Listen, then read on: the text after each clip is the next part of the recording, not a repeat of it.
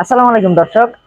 একই শুনতেছি ভাই, নর্মাল মোবাইল দিয়ে, এরকম নর্মাল মোবাইল দিয়ে আপনি ডিএসএলআর ছবি তুলতে পারবেন। এই 7 থেকে 8 হাজার টাকার মোবাইল দিয়ে আপনি ডিএসএলআর ছবি তৈরি করতে পারবেন। কোনো বিষয় না, ছবি তুলতে পারবেন 7 থেকে 8 হাজার টাকার মোবাইল দিয়ে। একদম নর্মাল ফোন দিয়েও আপনি ডিএসএলআর ছবি তুলতে পারবেন। আপনার থেকে 15 থেকে 20 হাজার টাকা দামে ফোন কেনা লাগবে না। আপনি নর্মাল মোবাইল দিয়ে ডিএসএলআর ছবি তুলতে পারবেন। কিভাবে তুলবেন আমি দেখিয়ে দিব আজকে, ঠিক আছে? আপনারা লক্ষ্য রাখুন স্ক্রিনে, আমার সাইডে দেখিয়ে দিব আমি আপনারা কিভাবে এরকম ছবি তৈরি করবেন, ঠিক আছে? Let's go. আপনারা নর্মাল মোবাইল দিয়ে ডিএসএলআর ছবি তোলার জন্য আপনাকে প্লে স্টোর থেকে ছোট্ট একটি অ্যাপ্লিকেশন ডাউনলোড করতে হবে। তো আমি প্লে স্টোরে চলে যাচ্ছি। প্লে স্টোরে যাওয়ার পরে সার্চ বারে লিখবেন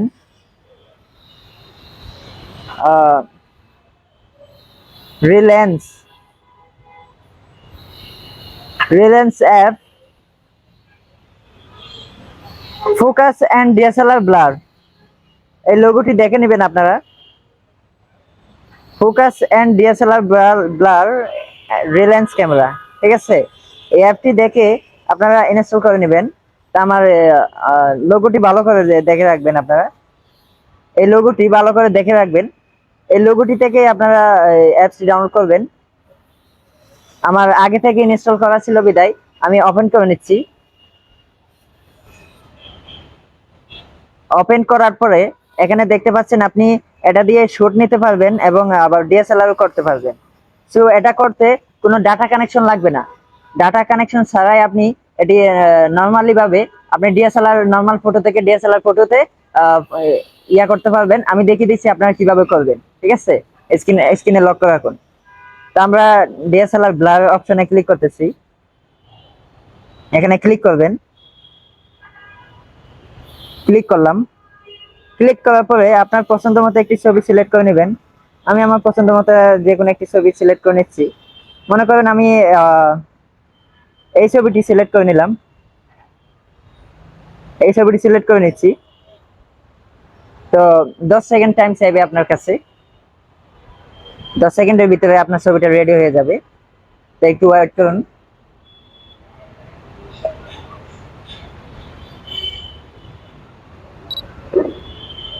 এখন আপনাদের সামনে আপনারা দেখতে পাচ্ছেন সেকেন্ডে 10 সেকেন্ডের মাধ্যমে আপনার ছবিটা নর্মাল ছবি থেকে ডিএসএলআর এর ইয়া হয়ে গেছে।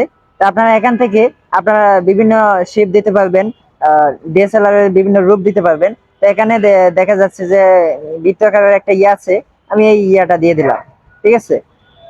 তো আমি এটা দিয়ে দিলাম। এই অপশনটা দেওয়ার ফলে পিছনের অপশনগুলো একটু ভালোভাবে ডিএসএলআর সিলেক্ট করবে, ঠিক আছে? তারপরে এখানে দেখতে পাচ্ছেন, ডান পাশে দেখতে পাচ্ছেন ফ্লেয়ার অপশন। এখান থেকে একটু ছবিটা ফ্রেশ করে নেবেন বা হাইলাইট করে নিতে পারবেন। তো আমি এটা নিচ্ছি না, এটা ইয়াতে প্রিমিয়ামে চলে যাচ্ছে। সো এখানে বিভিন্ন লেন্স সিলেক্ট করতে পারবেন, লেন্স অপশন দেখতে পাচ্ছেন। তো এখান থেকে আমি ভালো ধরনের একটা লেন্স সিলেক্ট করে নিচ্ছি। ধরেন আমি এই লেন্সটি সিলেক্ট করে নিলাম। তারপরে আপনার কালার গ্রেডিং করতে পারবেন। তো এখান থেকে আমি এক্সপোজ এ ক্লিক করে আমার ব্রাইটনেস বাড়িয়ে নিচ্ছি একটু, ঠিক আছে? তারপরে এক্সপোজ, এখান থেকে সবকিছু হালকা হালকা বাড়িয়ে নেবেন। বাড়িয়ে নিলে আপনার ছবিটা একটু অদ্ভুত এবং আকর্ষণীয় হয়ে উঠবে।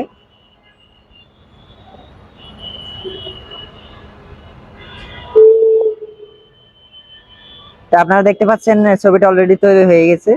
তো এখন এই ছবিটি আপনারা গ্যালারিতে কিভাবে নিয়ে যাবেন, আপনারা উপর দিকে দেখতে পাচ্ছেন একটি আপলোড অপশনের মতো একটি অপশন, ঠিক আছে? এখানে ক্লিক করবেন। এখানে ক্লিক করার পরে আপনার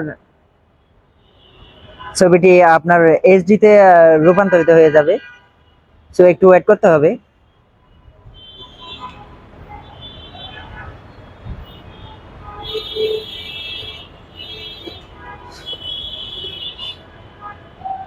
ছবিটি অলরেডি এইচডি ভাবে রূপান্তরিত ডিএসএলআর হয়ে গেছে। সো এখন আমরা এটা কিভাবে গ্যালারিতে নিয়ে যাব। তো এখানে বাম পাশে দেখতে পাচ্ছেন একটি ডাউনলোড অপশন, সেভ অপশন, এখানে ক্লিক করে দিবেন। আপনারা এদিকে ডান পাশে খেয়াল করবেন। তো এদিকে ক্লিক করার পরে সেটি আপনার গ্যালারিতে অটোমেটিক্যালি সেভ হয়ে যাবে। সো এভাবে আপনারা ডিএসএলআর ছবি নর্মাল মোবাইল দিয়ে ডিএসএলআর ছবি করতে পারবেন। তো আপনারা যারা আমার ফেসবুক পেজ থেকে দেখছেন, ফেসবুক পেজটি ফলো করে দিবেন। যারা আমার ইউটিউব চ্যানেল থেকে দেখছেন, ইউটিউব চ্যানেলটি সাবস্ক্রাইব করে আমার সাথে থাকবেন। ধন্যবাদ সবাইকে।